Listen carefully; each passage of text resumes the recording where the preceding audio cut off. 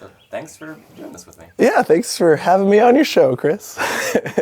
So let's dive right into it. Why do you want to be an Athens-Clarke County Commissioner? Why do I want to be a commissioner? Okay. So I really care about this community. This is my chosen home, and I've spent a lot of time here in the past 10 years working to make it better with other people in the community, and a lot of that's involved following the local government closely and collaborating with a lot of people to win small victories like living wages for Clarke County workers and expanding public transit and things like that. And I see an opportunity here for our commission to do a lot more than they're currently doing, and for me to work in coalition with a number of the folks on the commission who really share a progressive vision for what we can do. And so I think I bring a certain amount of energy and proactivity and follow through that the commission needs to accomplish really big things. And for me to have a seat on the commission, I think, is another seat for people, not just myself, but to really bring the community to the table, both inside at City Hall and also bringing City Hall out of government and into the community. Or bring the government out of City Hall and into the community, I guess is the way to word that. Yeah. So how have you been involved in the Athens community or in the local government over the past few years? So for about a decade, I guess I've been following the county government really closely. That's since Occupy, which I guess for folks who might not know what Occupy was, it was a national, grew to be kind of international protest against wealth inequality and corporate greed and a lot of the corruption that we see in politics through like billionaires and mega corporations funding who can get elected and stifling people who don't have that access to wealth. And really looking at Wall Street and corporations as the source of a lot of our woe economically and therefore socially. And it was really the introduction for a lot of people, I think myself included, to get into the streets and understand politics is not just like watching The Daily Show at home and being sort of frustrated at the world and feeling a bit like disillusioned and helpless, but actually that there's a way to engage people in a personal way in public. And we began to take our focus on how the local government was embodying a lot of these big national problems by having these kind of like illegally closed door meetings and these backdoor handshakes with big, companies and developers. And what started as trying to stop some bad stuff from happening, our first big victory, I would say, is stopping the public curfew law, which was this law that they wanted to pass that would have made it illegal to be on public grounds after dark. And it was kind of like a measure supposedly against the protesters, but also really an excuse to try to like clean up the streets and criminalize folks who don't have a place to stay. And from there, we moved into building more and more ground to win big victories and build better services, living wages for county employees and expanded public transit. And in advocating for that stuff and building coalition with many other organizations in town and starting some organizations, co-founding Athens for Everyone with a number of folks and helping run different people's campaigns for local and state government. I think I've gotten a strong feel for how government works. I understand the landscape with a fair amount of context, and also a strong feel for what's happening in the community. Knocking on thousands of doors over the years and being at a lot of community events, I think has given me a strong sense of what people need and expect and how we can work together to make it happen. So what other experience do you have that qualifies you to be on the commission? Oh boy, I guess that there's a lot of overlap with the previous question there and how I answered it. Well, I'm a bit of a political nerd myself, so I've followed politics closely and researched a lot of policy over the years. And as I said, spent a lot of time in the community working with people here to make things happen. I also, I think part of what qualifies me for this role is having a working class background and really understanding what it's like to struggle economically. There's certain experiences I don't know about. I don't know what it's like to grow up black in Athens or in the South at all, or to be black, right? But I do know what it's like to struggle. And I think that it's important to have people in positions of power who kind of innately want to share it out because of our experiences, our lived experiences, and having kind of the raw end of the deal in our society. And also, I've my working class background has included a lot of part-time jobs and things like that. I also currently work as an operations manager at Nucci Space and have helped developed nonprofits over the years, so I have a lot of the kind of management and internal organizing experience with organizations that I can bring to the table too. So, if elected, what will your top priorities be in your first term in office? Oh man, so I hope anybody who's watching this has a chance to look at the platform. I'm always fascinated by the top priority or top priorities question, because it implies that there's certain things that are more important than others, and I really see an intersection between all these issues as fundamentally important. But you know, we have to pick an order that we talk about stuff in, and so if you go to the website, you'll see that listed first is economic and racial justice. And I think it's a really important, first of all, to talk about the intersection of those two. I don't think you can talk about racial justice without really having substantive economic policies to back it up. And I don't think we can talk about economic justice without having an honest conversation about race and the legacy of racism in our communities and in the way that wealth inequality plays out. So tackling that component, I think, feeds into everything else that I want to do. People talk a lot about the poverty rate here, and what I don't think is talked about enough is the wealth inequality rate. You know, but we have one of the worst wealth inequality rates of any county in the country. And what that says to me is that we're not just this like impoverished community, we're actually this community that has a lot of wealth, and anybody who lives here knows we have lots of art. There's a strong sense of solidarity, I think, among people who live here, and a strong sense of human community. So it's just about distributing those resources more equitably. And there's a variety of specific ways we can do that, whether it's advocating for living wages or expanding public services or enacting affordable housing policies. But I also think it requires carrying that vision of like not only what needs to happen, but what's really possible, and really rethinking what's possible for the local government to accomplish. So, did that feel like a sufficient answer to the question? Yeah, it does. And I guess we've already kind of covered this, but so do you feel that this election is more about big issues like social justice and climate change, or more about smaller issues like basic government services and amenities, and just generally serving your constituents and keeping them informed? Yeah, I mean, I think the big issues really need to inform how we go about it. I think there's a tendency to think that the local government is just about keeping the sewers working and keeping the lights on, so to speak. And that is absolutely an essential part of what the local government does. There's all these really ordinary ways that our lives are affected by what the local government operates. But when I think of like what we need at this time, when we're dealing with really dire income and wealth inequality, not just in Athens, but in the nation, when we're dealing with being at war in other nations, when we're dealing with really terrible I don't want to just say instances, like systemically, you know, racism and sexism play out in all these really awful ways, from the incredibly high incarceration rate, where Georgia's the worst state in this country, which has the worst incarceration rate in the world, to just the really hateful things that we see gaining a lot of steam in our society. And of course, I don't know if I just said this, but like when we talk about climate change, you know, like we need a planet to live on. And most of these problems exist on a scale that like a local government can't address all on its own. You know, they have to happen much more broadly. But I think we need to align what we do as a local government with those things. One of my favorite ways to frame that is when I talk about a Green New Deal in Athens. So a lot of people watching this have probably at this point heard of the Green New Deal, which is based off of FDR's New Deal policies, and it's public works projects to get a lot of people living wage jobs and to really focus on equity and where we're building infrastructure as well as who we're hiring. But the infrastructure that we're building is to build a more sustainable energy grid and to have that more sustainable planet to live on. And most of those things can't happen on the local level. You know, we can't have a massive jobs program on the local level, but the county government is the fourth, you know, largest employer in the county. And so I think we need to be thinking about the jobs we do create as a government and what are people doing? You know, are they doing things that are in line with sustainability and building a sustainable future?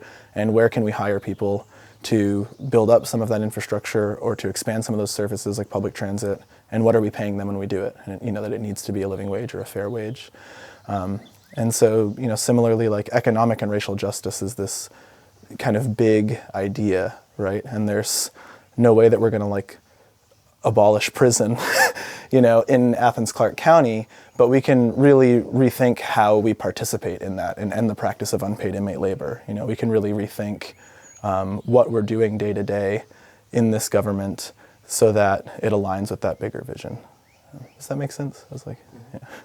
Yeah, and there is some money for renewable energy in the SPOS that just passed, about $16 million.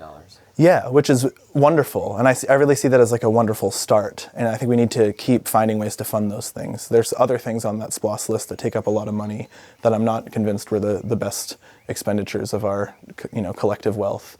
And when we think about the priorities as being a sustainable future on the for the environment, and when we think of the priorities of being like countering poverty and inequality, a sales tax, which is kind of flatly applied to everyone, I think really needs to be a concerted focus on how do we counter poverty and inequality.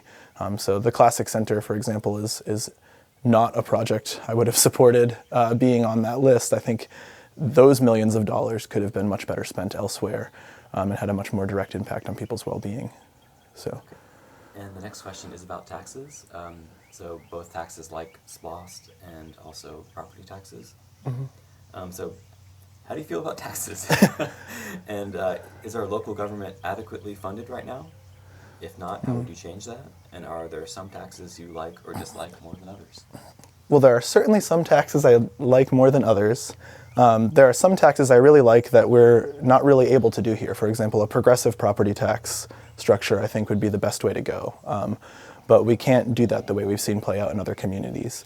So, there were kind of a few questions wrapped into that, but the idea of like, are we adequately funded?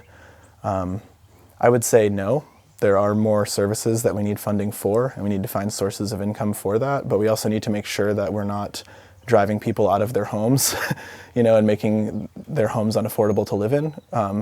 So taxation needs to be looked at critically, but I also think we need to be looking at fees. The University of Georgia does not pay their fair share into this community, so when we think of things like game days, and is there a way to like have a fee on the use of public space so that, keeping our streets clean of all the debris and our rivers clean of all the debris after game day, can we leverage that to bring in some more income to help maintain the city's services?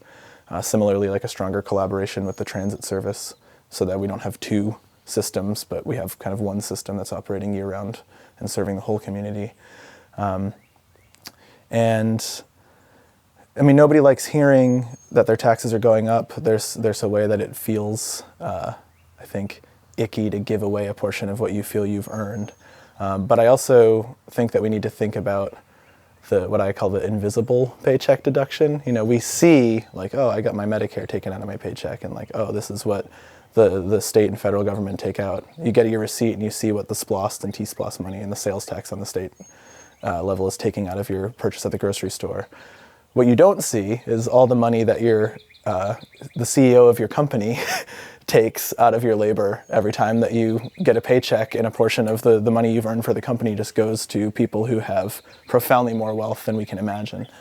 And so finding ways for our local government to get some of that wealth back from big developers and from big corporations that are coming into town.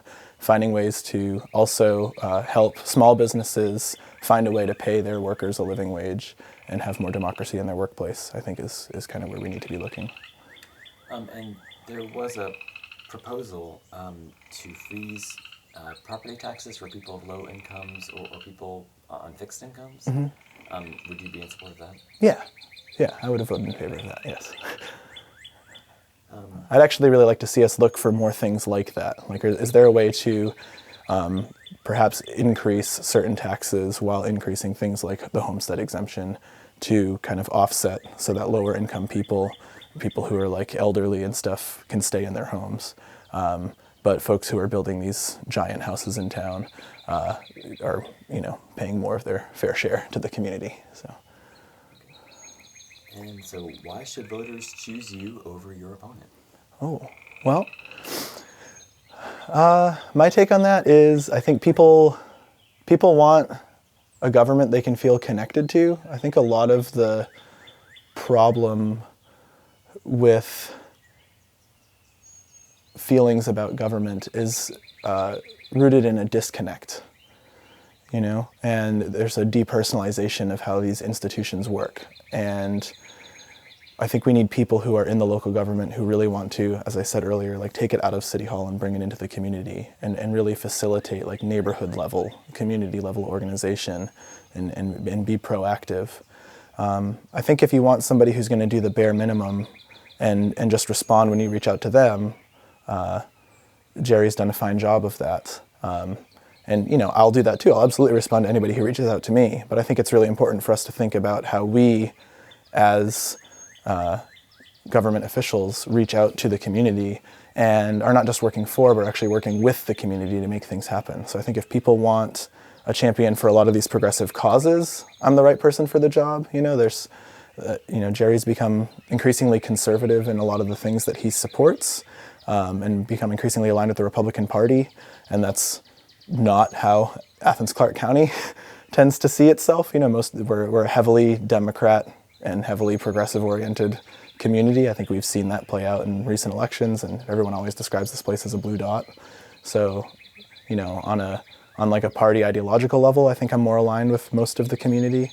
But even regardless of that ideology, I think I have more of an inclination to approach government as an interactive, outreaching, proactive thing. So, yeah. Okay. Well, is there anything that we didn't get to that you'd like to mention? I wish we had more time to dig into all of the platform. There's EMS services and Linentown are two things where I think there's a fair amount of daylight between Jerry and I. And also just, a lot of the things on the platform that I'm really excited to talk about that I think we can do for affordable housing and economic policies. But, well, what's the thing on your platform that you're most excited about? Well, as I said, the economic and racial justice portion up top, I'm really excited to end the practice of unpaid inmate labor. I'm really disgusted that we still have that, and I think that we can get rid of it. So that's kind of like a no-brainer, I think, right off the bat. So this is a situation where people in the jail people in the state prison are employed through the government. We have hundreds of them, and they're paid $0 to do that work. And so we have people that are literally locked in cages and only let out to do labor for free for us. And then when we had to do an open records request on this to discover how many people were doing this labor in which departments, and it turns out it's a lot of different departments that are using people's labor this way. And if you just kind of flatly like divide the amount that they say that labor is worth by the number of people doing it, or the number of hours that they're doing it for, it works out to about $18 an hour. So that says something about what the county government values this labor as. So I think what we need to do is pay people $18 an hour to do those jobs instead of enslaving people into doing it for free. And I think a really great way to do that while actually giving people who have been caught up in our carceral state a way forward when they get out is to hire people who are recently out of prison to do these jobs. So that's something I'm really excited to work on.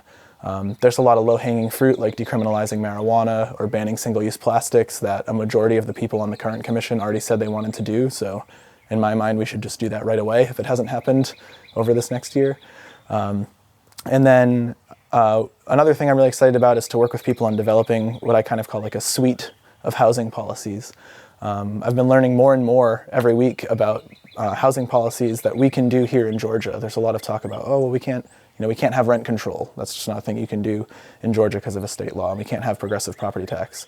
But there's these other things we can do. We can look into land banking and using that to leverage better development. We can look into our zoning and planning policies to make sure that what's coming for us when someone brings in a new development or redevelopment is healthier for the community in terms of the environment and the economy. We can look into an anti-displacement fund. So there's a renter's bill of rights is something I'm really excited to develop with people. So I think there's a lot we can do for housing. I think everybody's feeling the squeeze. The cost of housing is going up and up and up, and wages are not. And so we've got to find a way to try to balance that, and I'm excited to do that. Yeah. And I'm really excited to support Linentown. Hopefully by the time I'm in office, they've already gotten that resolution passed.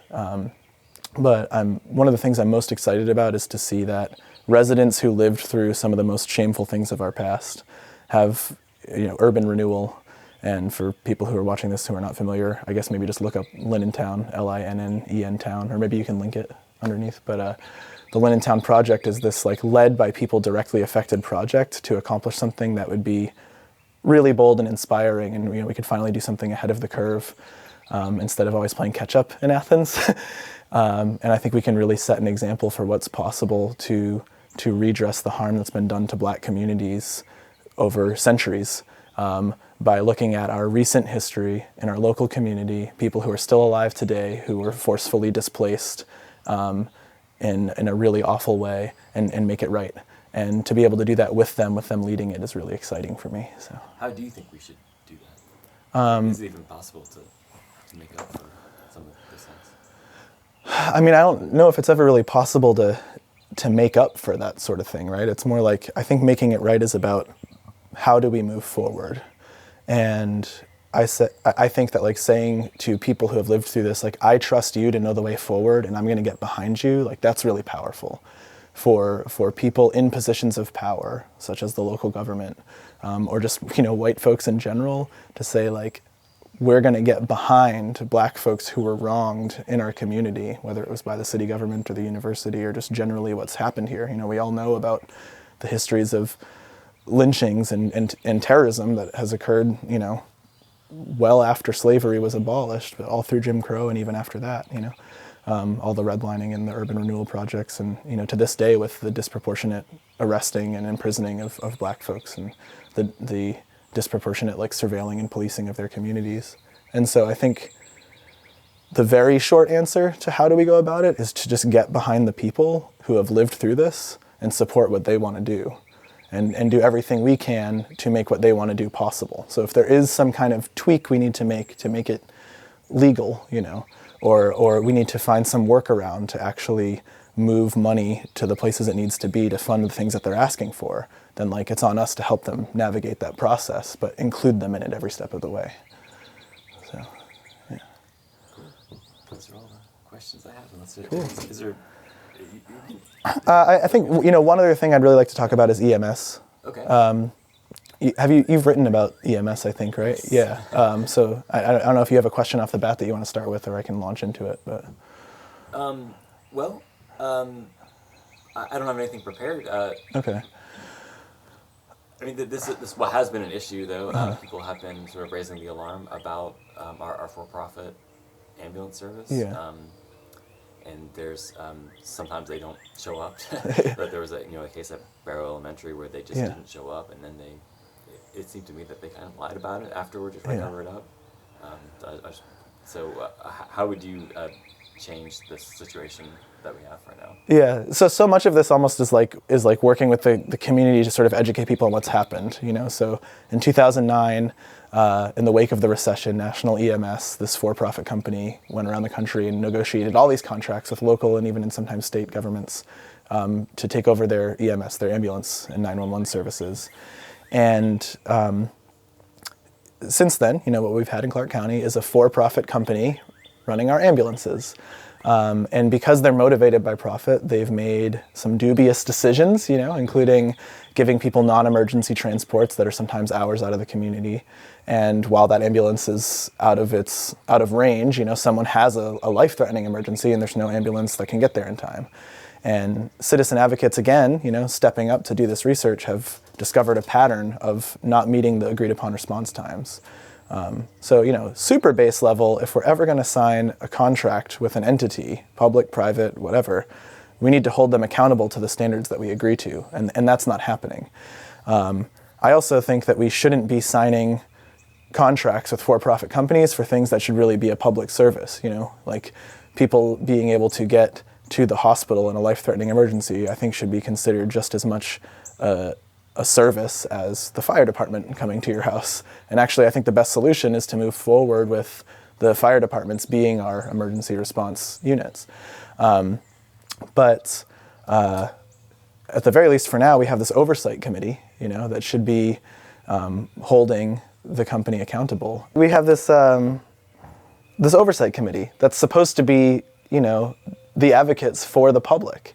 And instead they've been doing a lot of overlooking, and And Jerry sits on that committee. So, one of my big questions for him, maybe you'll get a chance to answer it when you interview him, is like how come it took citizens digging into data to figure out that these response times aren't being met, to figure out that the for-profit company National EMS lied when they said that a 911 call was never placed in the first place. Why did an investigative journalism piece have to be done when we have an oversight committee in place? So I think we need proper oversight, and then also beyond that, I think we should just transition back into having an actual public service instead of a for-profit company there. Yeah, in most of the counties around us, it is a public service. Yeah. But just to be fair, I should say that they deny the accusations of poor response times, and the hospitals have been backing them on that. I just want to say that for the record. Yeah, no, and I mean, it's not uncommon, I think, for companies to deny it, and it becomes very hard to prove that they're not meeting their response times when the meetings are closed to the public. And so, our own county attorney has said that these meetings are subject to the sunshine laws, which require meetings be open and have records kept. And so again, why there's resistance not only from the company, but from our elected officials to opening up those meetings is kind of beyond me. It just seems like a no-brainer that, we should have a transparent meeting process. And then it would be much easier for us to be like, oh, dang, I guess we were misinformed. Here's all the data that proves your story. But instead, we have to dig, and when we do dig, it seems to tell a different story than the one that they're telling us. So, yeah. Well, anyway, yeah. Yeah, well, thanks for meeting with me. Yeah. Great discussion. Thanks for having me. Yeah.